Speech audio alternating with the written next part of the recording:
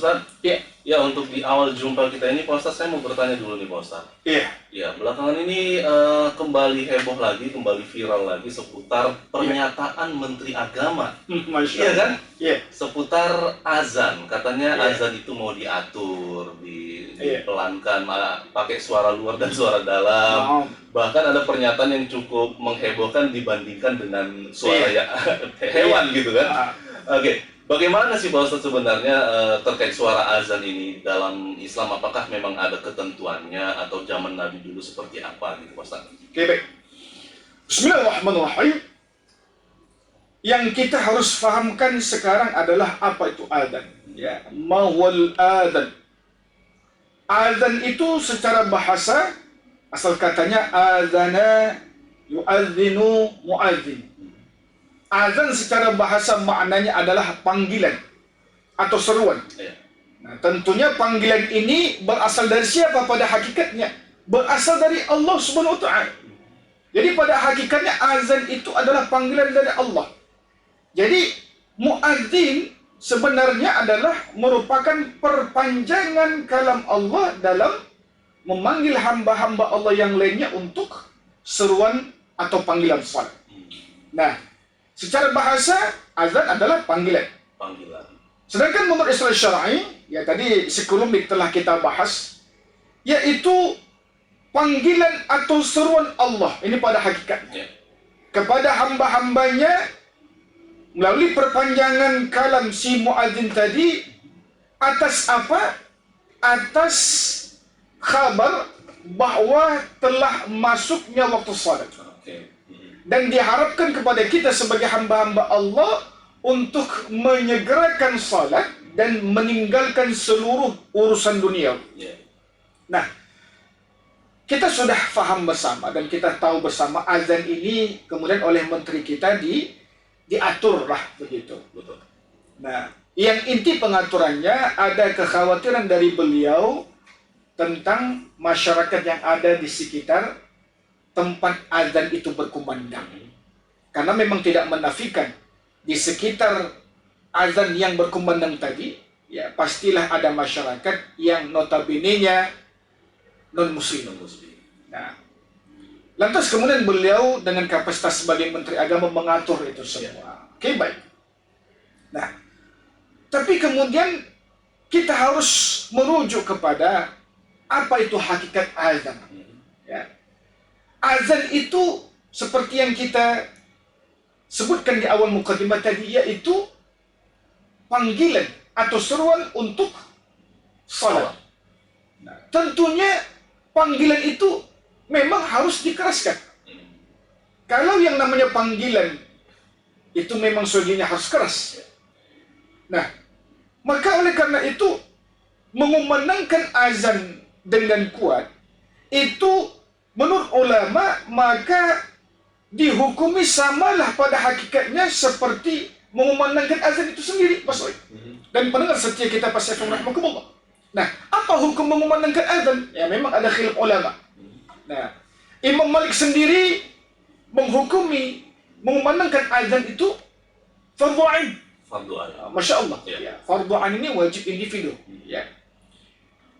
Sedangkan imam mazhab yang lainnya mengumandangkan azan itu fardhu kifayah. Nah, fardhu kifayah.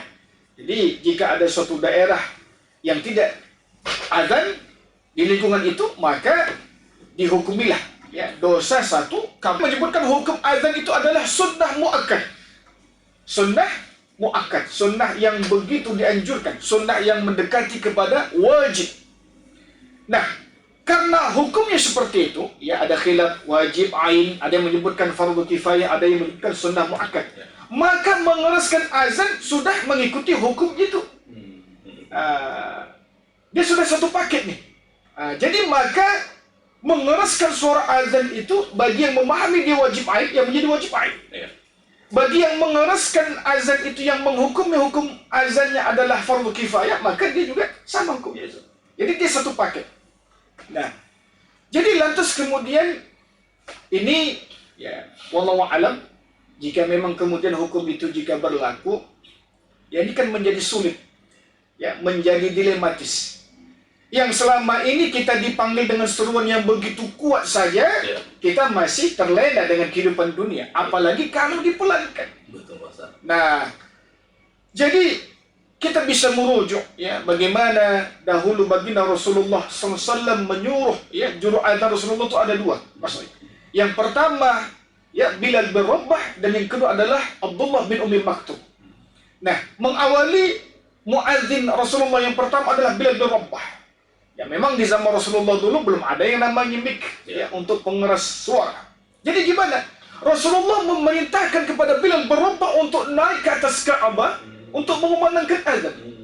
Nah, begitulah cara Rasulullah agar apa? Agar masyarakat yang ada di sekitar seputaran Ka'bah tadi mendengar panggilan atau seruan Bilal bin Rabah, dalam hal ini seruan azan, untuk segera kita datang ke Masjidil Haram. Ya, itu ketika di zaman Rasulullah dan juga kita ke masjid-masjid. Nah, jadi karena tidak ada mic ketika itu Rasulullah memerintahkan Bilal bin Rabah untuk naik ke atas Ka'bah. Ya, tentunya kalau kita belajar prinsip fisika ya, insya Allah semakin ke atas kan suara itu akan bisa semakin menyebar. Ya, betul. Nah, seperti itu. Nah, berkembangnya zaman ya tentunya tidak lagi seperti itu. Ya, sekarang alhamdulillah ada pengeras suara. Nah, kita memanfaatkan pengeras suara ini untuk kemudahan. Ya. Karena tidak menafikan ya tadi muadzin tadi walaupun sudah diupayakan suaranya keras ya mungkin ada keterbatasan tentunya. Nah, apalagi dengan penyebaran masyarakat ya, tidak hanya menjangkau 10 atau 20 rumah tangga ya, tapi kalau bisa satu kampung yang ingin disuruhkan untuk salat. Maka oleh karena itu menghukumi kepada pengeras suara ini juga menjadi sangat dibutuhkan. Nah, jadi tentunya sangat apa ya kalau kita bilang sedihlah ya jika ini kemudian diatur, yang tentunya kalau kita belajar atau flashback ke belakang ya insya Allah ya kalau kita dahulu ya rasanya nggak ada yang keberatan. Iya, tidak ada masalah Ya, sebenarnya tidak ada selama masalah. ini. Iya, betul. Jadi mohon kepada Bapak Menteri Agama ini mewakili siapa sebenarnya? Toh tidak ada dari masyarakat yang notabene non-muslim yang ada di sekitar tempat tinggal kita, mereka komplain itu tidak ada. Ya, kalaupun ada kemarin iya pernah kejadian viral ya yang di Tanjung Balai. Iya. Ya, tapi kemudian alhamdulillah sudah diklarifikasi, ya sudah bersih maaf dan sebagainya. Jadi insya Allah tidak ada masalah. Jadi kenapa seolah-olah sekarang ini begitu dipermasalahkan? Nah, jadi tidak bisa juga dipelan-pelankan. Itu dia. Nah. Oke, baik. Jadi sebenarnya sudah jelas ya. Iya. Artinya yang ini kalau menurut saya hal yang tidak perlu dibahas lagi sebenarnya begitu yang di tidak perlu kementerian dibahas. ya. Tapi Bahkan kenapa kok diangkat lagi? Iya. Ada yang lebih penting lagi. Ada yang lebih penting yang lain Insya sebenarnya Allah. begitu. Iya. Oke deh, baik. Terima kasih banyak Pak Ustadz Iya, penjelasannya sama-sama. ya. Mudah-mudahan Sobat Pas semuanya juga sudah jelas informasinya dan sunnahnya juga sudah jelas. Iya, Hukumnya ya. hukumnya. Hukumnya sudah jelas disampaikan oleh Pak Ustadz. Iya. Oke, kembali ke Bang Dodi.